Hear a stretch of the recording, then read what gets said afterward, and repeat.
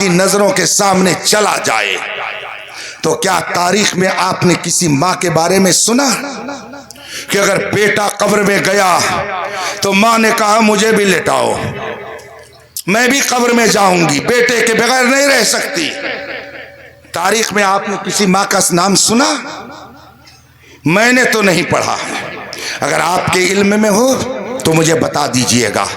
ماں سے زیادہ محبت کرنے والی کوئی ہستی نہیں، مگر بیٹا اگر دنیا سے جا رہا ہے تو ماں بھی اس کے ساتھ قبر میں جانے کے لیے تیار نہیں۔ 2-4 ہفتے رو کر، آنسو گرا کر، اپنے سینے پہ پتھر رکھ کر کے وہ اپنے بیٹے کو صبر کر لے گی، بھول جائے گی، مگر قبر میں نہیں جائے گی۔ وہ باپ جو ذرا سی پریشانی دیکھ کر کے اپنے بیٹے کی طلب جاتا تھا، بیٹا اگر باپ کے سامنے دنیا سے گیا، وہ باپ بھی اپنے بیٹے کے ساتھ قبر میں جانے کے لیے تیار نہیں۔ دوست جس کے لیے آپ نے اللہ و رسول کی نافرمانیاں کی، جس کے ساتھ آپ نے تھیٹر کا دورہ و چکر لگایا، جس کی دوستی میں آپ نے حرام کام کیے، جس کی دوستی میں آپ نے شادی کے موقع پر اپنے پیروں کو تھرکایا، وہ دوست جلدی سے مٹی ڈالے گا قبر پر اور جانے کے بعد دکان کا شٹر اٹھا کر کے بیٹھ جائے گا، اپنے کام میں لگ جائے گا۔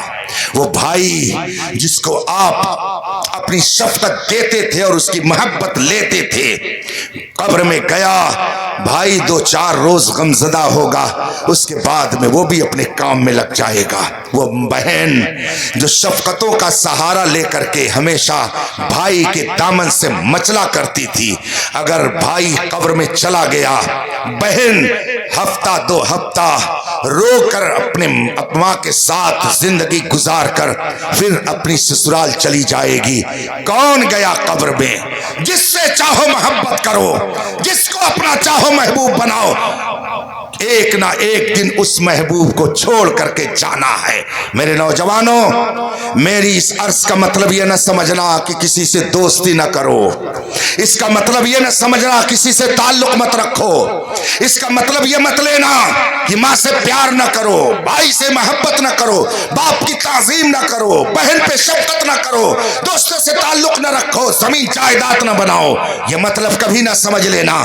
اگر آپ کے پاس پیسے نہیں ہوں گے تو یہ شاندار شامیانہ کیسے لگے گا، اعلیٰ قسم کی کرسیاں کیسے لگیں گی؟ اگر آپ کے پاس دولت نہیں ہوگی، علماء کا یہ ہجوم کیسے یہاں جمع ہوگا؟ اگر آپ کے درمیان دنیاوی تعلیم یافتہ نہیں ہوں گے، لائر نہیں ہوں گے، تو بتائیے غریبوں کو مقدمہ لڑ کر کے مفت میں جیل کی سلاخوں سے باہر کون لائے گا؟ اگر آپ کے درمیان انجینئر نہیں ہوں گے تو مسجد اور مدرسے کا مفت میں شاندار نقشہ کون تیار کرے گا؟ ڈاکٹر نہیں ہوں گے تو غریبوں کا مفت علاج کون کرے گا؟ عالم نہیں ہوں گے آپ کو شریعت کے مسائل کون بتائے گا؟ حافظ نہیں ہوں گے تو بتائیے رمضان میں تراویح کون پڑھائے گا؟ ان چیزوں سے آپ جدا نہیں ہو سکتے۔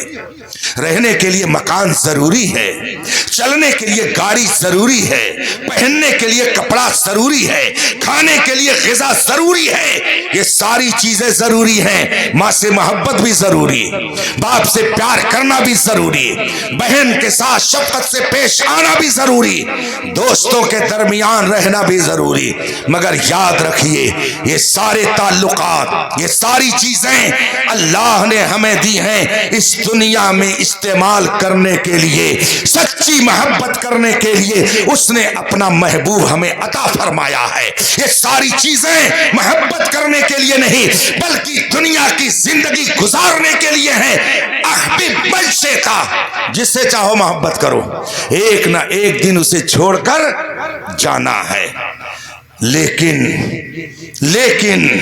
اسی کائنات میں اللہ نے ایک محبوب ایسا بنایا ہے کہ جس نے اس سے سچی محبت کر لی، جس نے اس کو اپنے دل میں بٹھا لیا، جس نے اس کے دوستوں سے دوستی کر لی، جس نے اس محبوب کے دشمنوں سے دشمنی کر لی، جس نے اس محبوب کے قدموں پر اپنی جان کو قربان کر دیا، جس شخص نے اس محبوب کے قدموں پر اپنی جان و مال کو پیش کر دیا، وہ محبوب ایسا ہے کہ جب سارے محبوب ساتھ چھوڑ دیتے دیتے ہیں قبر کی تاریک کوٹھری میں وہی محبوب اجالا بن کر کے آتا ہے. اسی لیے امام احمد رضا نے فرمایا قبر میں لہرائیں گے تا حشر چشم نور کے جلوہ فرما ہوگی جب طلعت رسول اللہ. بے شک سبحان اللہ. اسی لیے اعلیٰ حضرت فرماتے ہیں لحد میں عشق رخ شہ کا داغ لے کے چلے